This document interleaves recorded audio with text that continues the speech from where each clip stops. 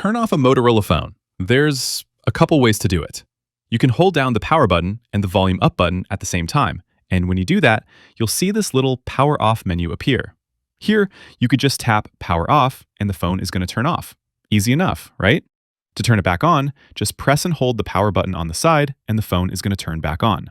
There's also a way to make the process a little easier so you don't have to press two buttons. Instead, you'll just press and hold the power button alone, and that'll bring up the power off menu.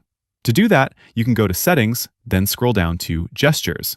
And here, you'll have an option to configure what happens when you press and hold the power button. By default, all modern Android phones will use the power button to trigger the digital assistant, but I could change that to bring up the power menu instead.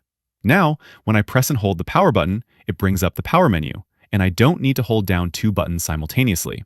Another way to power off your phone would be through the quick settings. So you swipe down from the top right corner of your phone, and then on most phones, swipe down again to bring up the full view of your quick settings. Then on the bottom right, you see a little power button there. You can tap that, and that also brings up the same power off menu. So that's another quick way to do this without touching any of the physical buttons. And that is how you turn off your Motorola phone. Click that like button if this helped, subscribe, share with friends, and that's all for now. Thanks all, until next time.